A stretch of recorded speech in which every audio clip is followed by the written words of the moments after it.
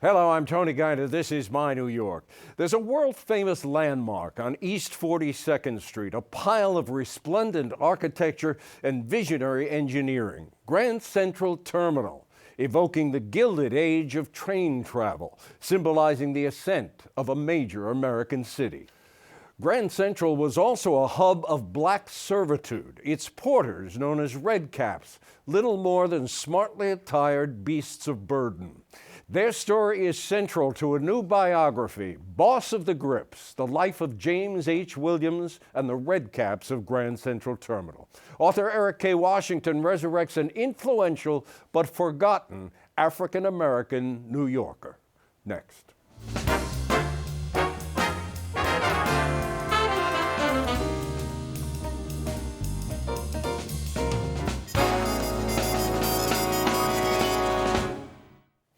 Eric Washington, good to see you. Thank you for inviting me.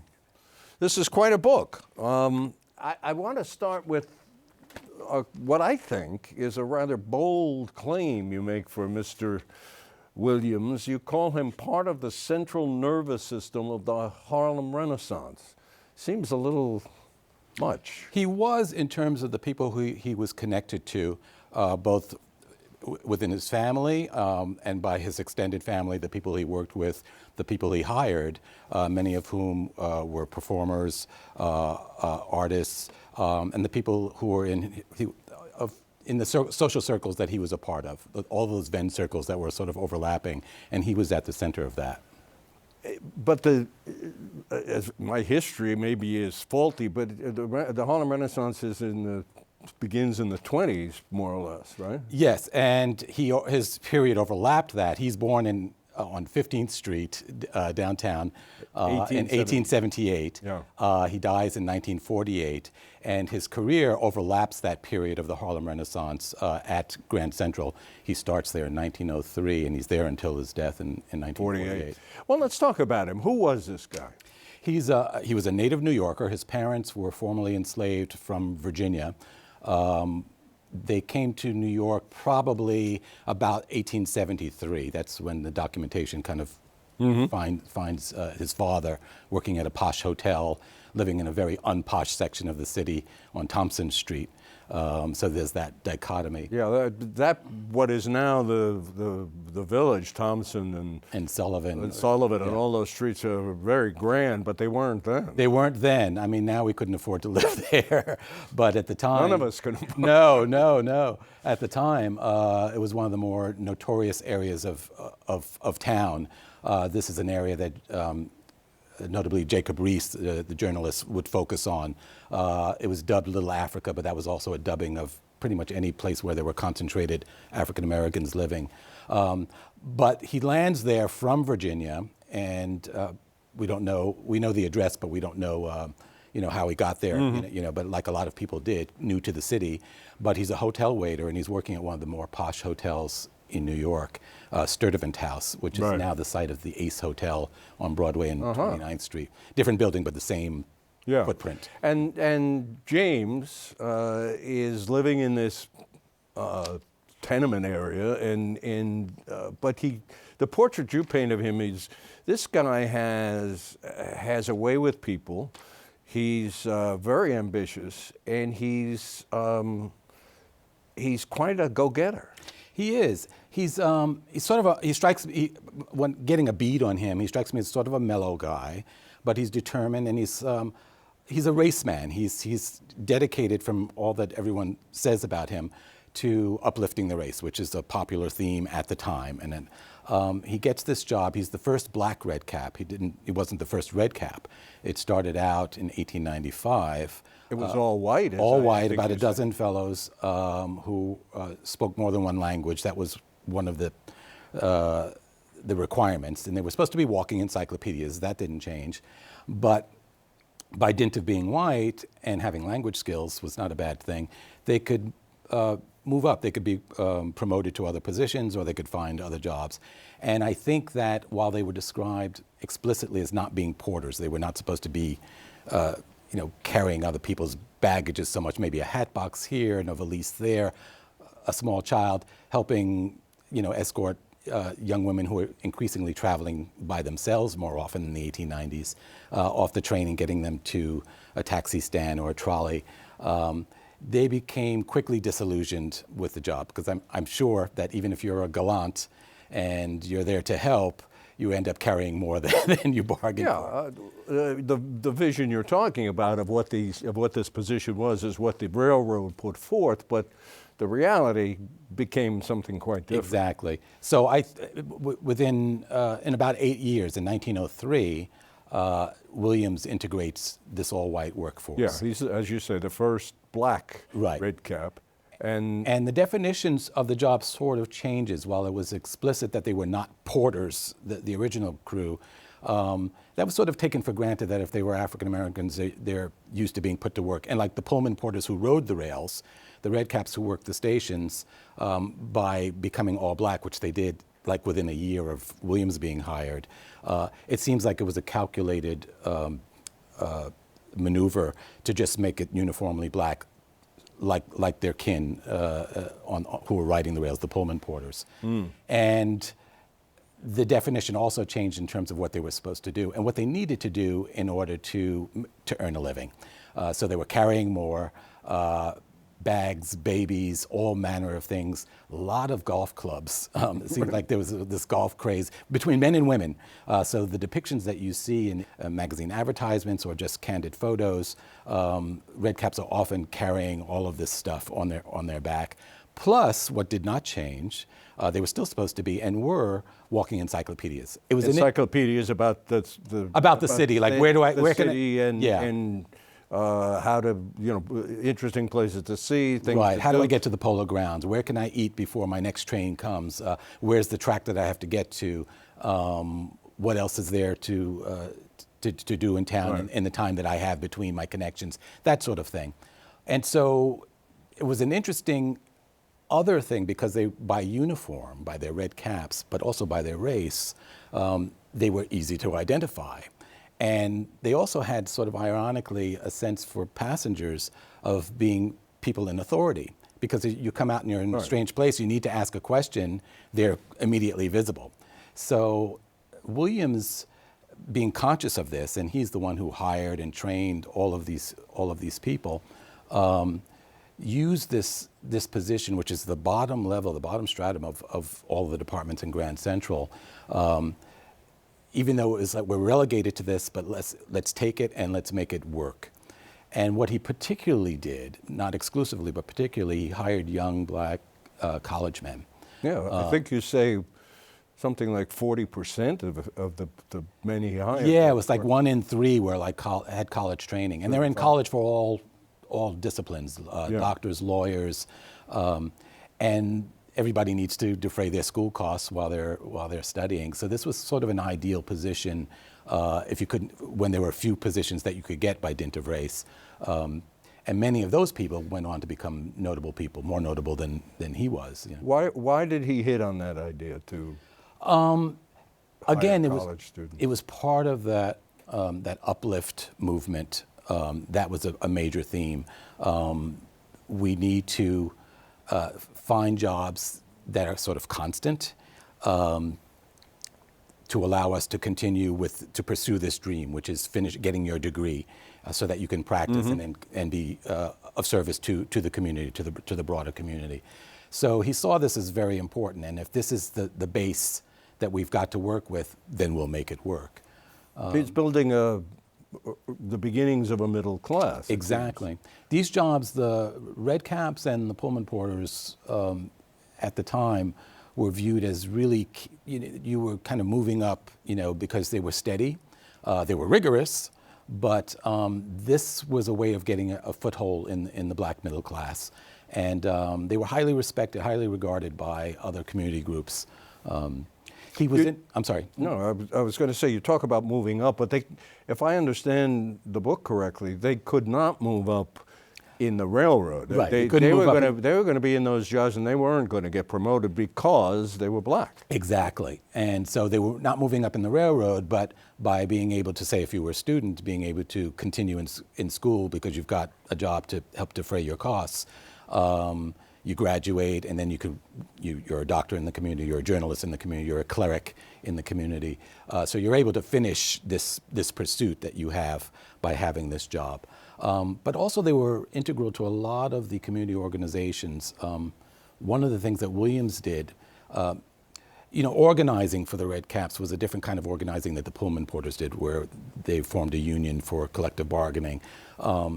Earlier than that, when Williams is in charge of the Red Caps, the organizing was just getting the job, getting in, Right. sort of owning this department. But you have to build up also morale. So, and there were some necessary things, like they formed a mutual aid society. They weren't insured. They weren't going to get insurance through New York Central. So they formed this mutual aid society for Red Cap attendants. They're constantly, they're working there when Grand Central, that as we know it, is being built up around the old Grand Central station on the same site. So there are accidents. People get sick naturally. Williams' own baby daughter dies. She's in the hospital next door. And they're not covered. So they have this mutual aid society that he initiates in 1909, right after becoming the chief Red Cap. Sergeant at Arms is another Red Cap who at that time is studying to become a police officer. He becomes New York City's first black police officer. Jesse Battle. Jesse Battle. So these are kind of key positions, but key strategies by forming these organizations that are necessary, but also build up morale within the group, this community of people who are working together. He starts an orchestra, a quartet, not only for entertainment, this is important, but it makes them more autonomous because they can hire themselves out, or they can be hired out as groups. So they're at an opening here, an opening there.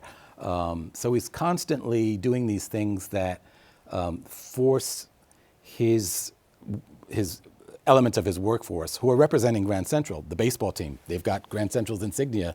Right. They're the Grand Central Red Cap. They're playing competitively. So they're really carrying the name. Well, yeah, it's interesting that and maybe could be called a paradox, but the passengers, the railroad's customers, wealthy people or well-to-do people, and their most personal interaction with the railroad and the service they're using is with these men. Exactly. It's inevitable that you will build relationships with people. You go to a restaurant that you favor, and there's a waiter or a waitress that you kind of like, and you lock in, and your experience feels better when you know that he or she is working, Yeah, Paul exactly. or Margie, It's kind of the same thing when you're traveling. You get used to, there's a Red Cap that kind of always kind of knows you become familiar, and you kind of measure the beginning and the completion of your trip by that familiar face. And Williams kind of had that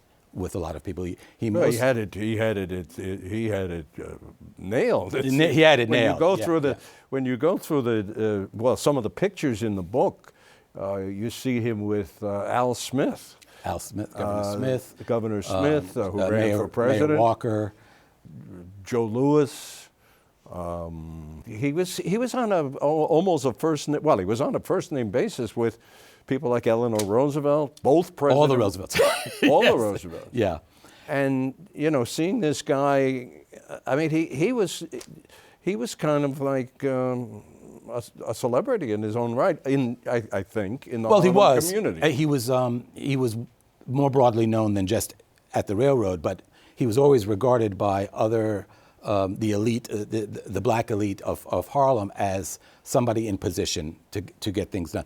His kind of activism, I refer to it rather as a tacit activism, because he was there. He wasn't a charismatic like a lot of other figures in terms of other public figures, but he was relied upon. The head of the NAACP at one time, James Weldon Johnson, writes to him personally to thank him for selling raffle tickets or whatever it took to make their gala, their fundraising gala for the NAACP, the biggest that it had ever been. The orchestra that Williams starts is debuted by the NAACP, and they tour for them as a sort of a musical component of the organization. Walter White, the subsequent head of the NAACP, asks Williams, he writes a letter, I have that in the book. There's a dentist friend who's gets ruined by the bad economy in Detroit, comes to New York, he needs a job. You can't just get hired by having your degrees if you're black. And he asks Williams if he can hire this guy. He's got a wife and kids, to support. And so his position is not taken for granted, but Williams' own son becomes Manhattan's first black fireman. And he did an oral history, an interview where he says he credits not only Teddy Roosevelt for writing a letter of recommendation, but particularly Charles Thorley. So these were relationships that Williams really cultivated. His son, again, as a fireman, becomes the first black fire officer in 1927. He's going to be promoted as lieutenant. And there's a bit of pushback about, there's a rumor that once he's promoted, he will be given a desk job out of sight, so he won't be seen in command of whites. And Williams writes a letter, his return address is Grand Central Station, Right, so that I think to Cardinal Hayes. Cardinal Hayes. And we don't have a response. We don't even know if there was a letter response, but the wish is granted to Wesley. He ends up staying very visibly at Engine 55 on Broome Street. There was a very strong and demarcation, a color line in New York at that time. Yeah. And I mean, real segregation. Blacks were not, I mean, it was Jim Crow, right? Yeah, it was. It was, I think most of our perceptions of Jim Crow was that it was sort of a Southern thing. New York had its own northern, it was countrywide. And I think because Grand Central was so prominent, it made it easier to kind of focus on this, this very prominent landmark as not being exempt from this social ill. There was a horrible incident in New York in 1900, the West Side riots or Tenderloin riots. And it was so, people were so disgusted across the country as the news spread that many whites and reformers started doing things to unlock jobs and make new opportunities. And I think, given the timing that he enters Grand Central in 1903, it's part of that wave of sentiment that everybody needs to work. We're all Americans here. That's kind of at the top of the rhetoric. Nevertheless, there was segregation. It doesn't it go to, you talked about how many of his redcaps were college students. But many of them, after they graduated college, stayed on in that job. Yeah. Because probably they couldn't get another job. But also a lot of them stayed on because everybody, entering the Depression era, everybody needs money. You can't have enough jobs. And there was another thing is, I think is that there was a sense of community among your workers. So you've got your, there was a journalist who wrote a poem that I included in the book where he's describing this sort of disillusionment of having your degree and your, doctor by day, redcap by night. This was often the case. So some people were able to break away completely and became, whatever their professions were, independent in pursuing their professions. Others stayed on and did it as a moonlight job, which was not uncommon for blacks or whites in a lot of positions. But I think a lot of those who did kind of hang in there while they were still practicing what they graduated to practice, a lot of that had to do probably with, aside from the economy, was the sense of community that you had established by the people you were working with. I'm confused about pay. Were they paid? There was some initial pay, and then that changed. There was an incident in 1905 where the superintendent of another department that oversaw the redcaps became aware that they were getting tips. The supervisor seemed to be incensed enough that not so much that they were breaking the rule of not taking tips, but that they were so successful and they were making all of this money. And Jesse Battle quotes how much he was able to put away. And he says, what? Something like $300 or $400 a month, which was probably more than the superintendent who was upset with making. I can't do the math here, but that's a lot of money. Yeah. But the upshot of that was that he said, oh, okay, so we're docking your salary, you'll just live on your tips. So the work was rigorous, not just in terms of what you had to do physically. Let's button up. Let's put a bow on that. You know, the essential nature of the job, despite what the railroad, the Central Railroad, envisioned it as and promoted it as. E.B. White in the New Yorker, you quote him writing at a later time, but nonetheless, the nature of a porter's work puts him in a class with beasts of burden. Yeah. And as you mentioned, he wrote that at a later time, and for all the time that they were doing this, that was still true when E.B. White wrote that, made that observation. So this was one of the dilemmas of the time we were living in, you know, whether it being New York and the best city in the whole world, this was still a problem that men were relegated to do this kind of work and couldn't move up within the system.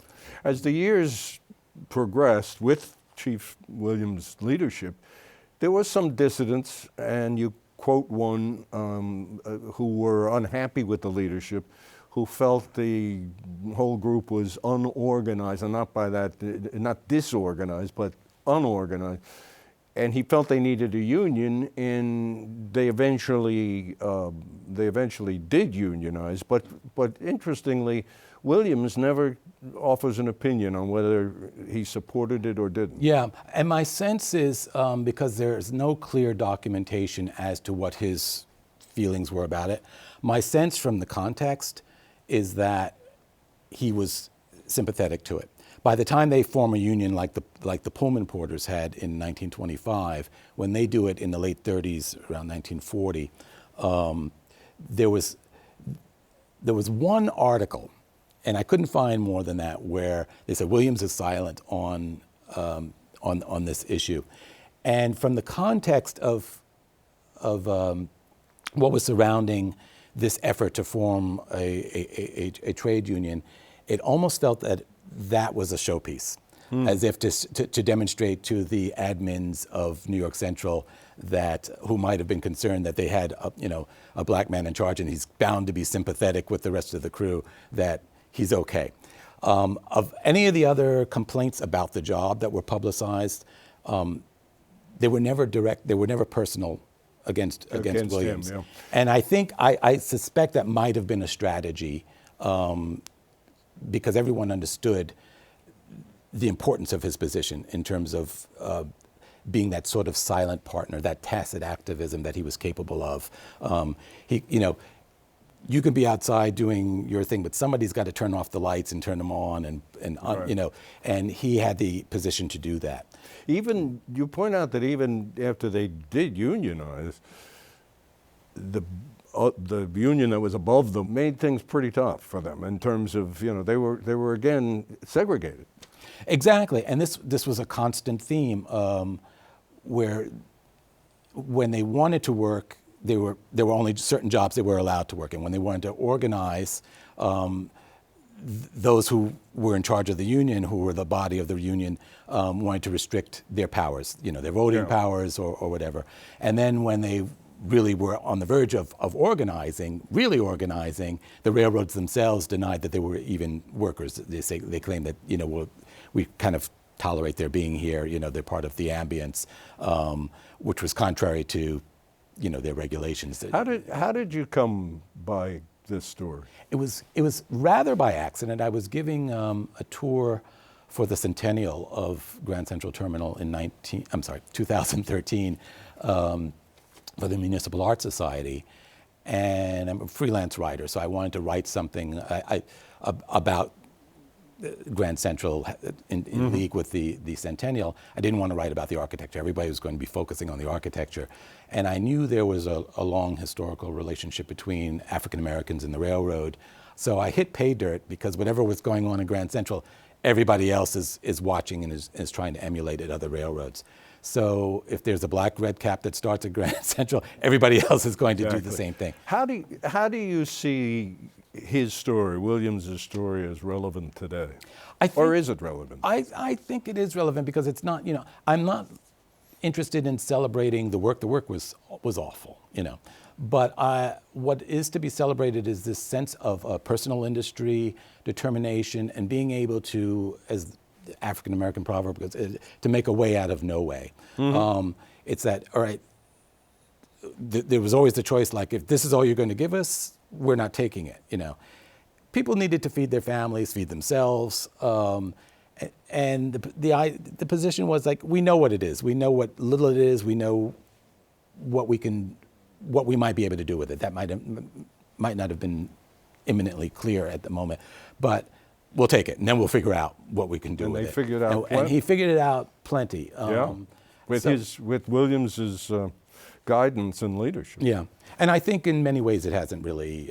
There are things that still have not changed, so I think he's important to look at. But also, as the people he hired looked at him and regarded him. One fellow, he was Manhattan Borough president for a couple of months. Earl Brown, he was a noted journalist, a noted athlete, and he said if it had not been for people like Williams, who were very proud of their race and gave us work, a lot of us would not have been able to finish college, and that was really a key thing. The book is The Boss of the Grips, The Life of James H. Williams and the Red Caps of Grand Central Terminal, by Eric Washington. It's a delight to talk to you about this. Thank you. It was a pleasure. Thank you. And thank you for watching. We will see you next time.